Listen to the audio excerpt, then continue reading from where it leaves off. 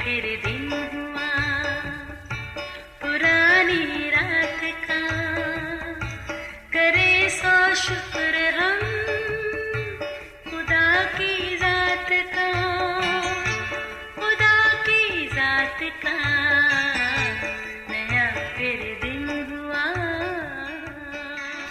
आज की आयत। यहाँ एक लड़का है जिसके पास जौ की 5 रोटियां और 2 मछलियां हैं, मगर ये इतने लोगों में क्या है?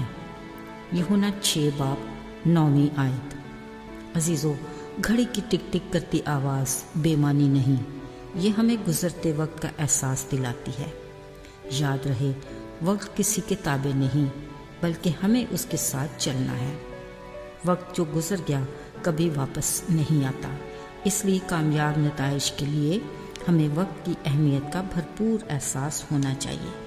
कारखाना कुदरत ही को देख लीजिए, कैसे मुनज़्ज़म तरीके से हर काम में वक्त का पाबंद है।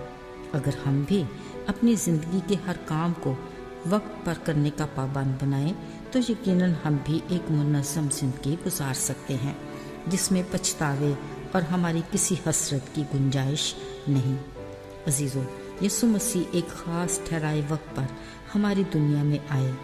30 साल की उम्र में जब उन्होंने अपनी ज़मीनी खिदमत का आगाज़ किया, तो फिर वो किसी भी पल अपनी खिदमत से गाफिल नहीं हुए। वो गांव-गांव, शहर-शहर फिरते और आसमान की बादशाही की मुनादी करते। बतौर इंसान वो भी हमारे जैसी जिस्मानी कैफियत से गुजरते। बावजूद इसके उन्होंने अपने हर काम को बड़े मुनज़्ज़म तरीके से सरअंजाम दिया, जो हमारे लिए बेहतरीन मिसाल है। अजीज़ों, आज भी एक बड़ी भीड़ उनके साथ थी। मामूल के मुताबिक वो बीमारों को भी शिफा देते, बड़े मोहब्बत भरे लहजे में तालीम भी देते, और जहाँ कहीं नसीहत की ज़रूरत होती उस मौका को भी हाथ से जाने ना देते।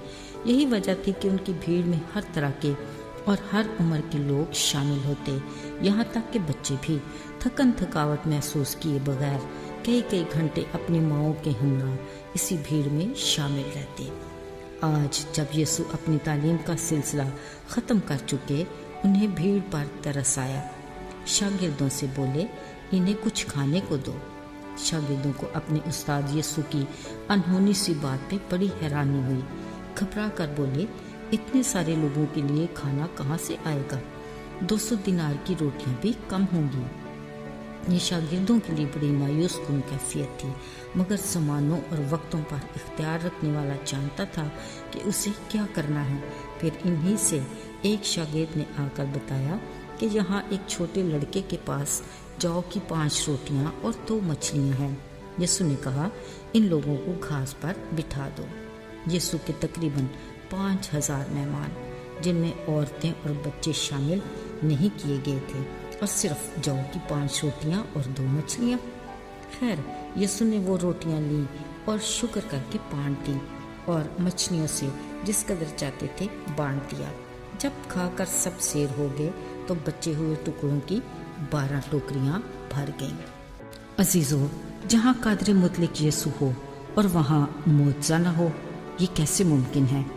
मगर यहाँ इस मुआज़े का बुनियादी किरदार वो छोटा लड़का था, जिसने खुशी से अपना खाना यीशु को दे दिया, बिना सोचे कि उसकी 5 रोटियों और 2 मछलियों की इतने ज़्यादा लोगों में क्या हैसियत।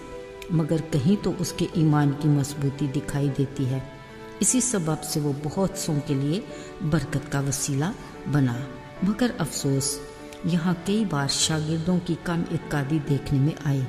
हैरत है, यीशु के साथ दिन रात रहने वाले शागिर्दों को अभी तक यकीन नहीं था कि उनका उस्ताद यीशु हर नामुमकिन चीज़ को मुमकिन बना सकता है। फिर जब बचे हुए टुकड़ों के 12 टोकरे उठाए गए, यीशु उन्हें ये सिखाना चाहते थे कि जो कुछ तुम्हारे पास है मुझे दे दो, मैं तुम्हें दुगना करके लौटा दूंगा। अफसोस, हम उसकी अज़मत और कुदरत को जानकर शुक्रिया अदा करने की बजाय अपने मतलब और गर्ज की बात करते हैं। इसी भीड़ में से बाज़ जब खा कर सेर हुए तो बोले, फ़ीउल हकीकत ये वो नबी है जो दुनिया में आने वाला था। वह यीशु को दुनिया का बादशाह बनाने की ख्वाहिश करने लगे।